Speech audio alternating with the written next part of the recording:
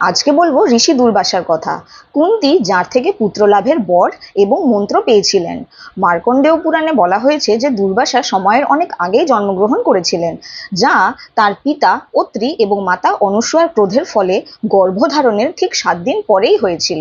কিন্তু বামন পুরাণ অনুসারে যখন শিব ব্রহ্মার মাথা কেটে ফেলেন, তখন তা তার হাতের তালুতে আটকে যায়।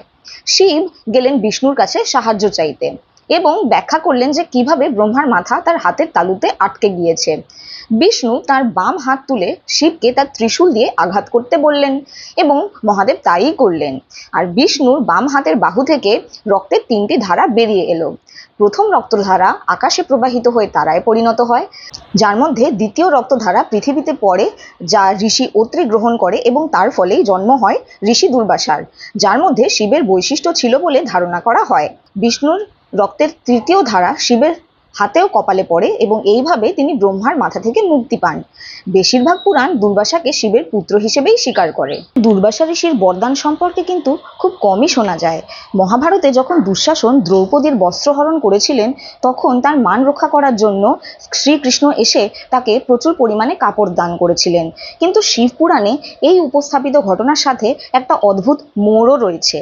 একবার দুর্বাসা ঋষি পবিত্র গঙ্গা নদীতে স্নান করতে গিয়েছিলেন এবং সেই সময় নদীতে তীব্র স্রোতের ফলে তার কাপড় ভাসিয়ে নিয়ে গিয়েছিল। তার দেহের বহিঃপ্রকাশ ঘটেছিল সেই সময়। একই সময় দ্রৌপদীও একটু দূরে গঙ্গা নদীতে স্নান করছিলেন এবং ঋষি দুর্বাসাকে এই বিব্রতকর পরিস্থিতিতে দেখতে পান। তিনি তখন দ্রুত তার পোশাকের একটি অংশ ছিঁড়ে ফেলে নিজেকে ঢেকে রাখার জন্য ঋষি দুর্বাসার দিকে ভাসিয়ে দেন। ঋষি তার কর্মে খুশি হন এবং তাকে একটি বর দেন যে তার জীবনের এক গুরুত্বপূর্ণ সময় আসবে, যেই সময় তাকে তার মান রক্ষা করার জন্য তাকে প্রচুর পরিমাণে কাপড় দেওয়া হবে। কিন্তু তিনি পরিচিত ছিলেন বেশিরভাগ তার ক্রোধের জন্যই। বরদানের থেকে বেশি কিন্তু তিনি বেশিরভাগ অভিশাপই দিয়েছিলেন। রাজা অম্বরীশ ছিলেন বিষ্ণুর একনিষ্ঠ ভক্ত।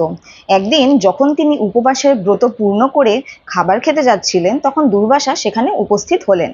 তিনি রাজাকে ঘোষণা করলেন যে তিনি তার প্রতিদিনের সন্ধ্যা অনুষ্ঠান শেষ করে শীঘ্রই খাবার ভাগাভাগি করে যোগ দেবেন রাজা অম্বরীশের সাথে।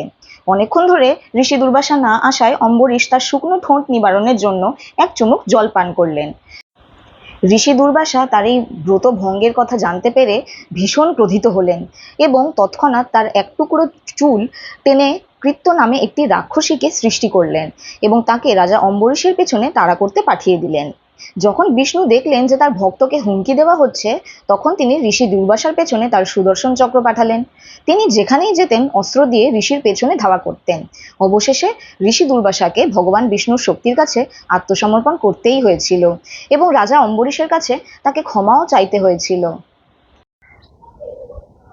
স্কন্দপুরাণ অনুযায়ী যমুনা নদীর তীরে দুর্বাসাদিত্য নামে একটি পবিত্র স্থানের উল্লেখ রয়েছে। কথিত আছে যে ঋষি দুর্বাসা তাঁর শক্তি দিয়ে সূর্যকে সেই স্থানে থামিয়েছিলেন। তাহলে কেমন লাগলো আজকের ভিডিও? আমাকে অবশ্যই জানাবেন। লাইক, শেয়ার, কমেন্ট ও সাবস্ক্রাইব করতে ভুলবেন না। আর আমার সঙ্গে থাকবেন, কারণ আপনাদের সহযোগিতা আমার একান্ত কাম্য। For now, by.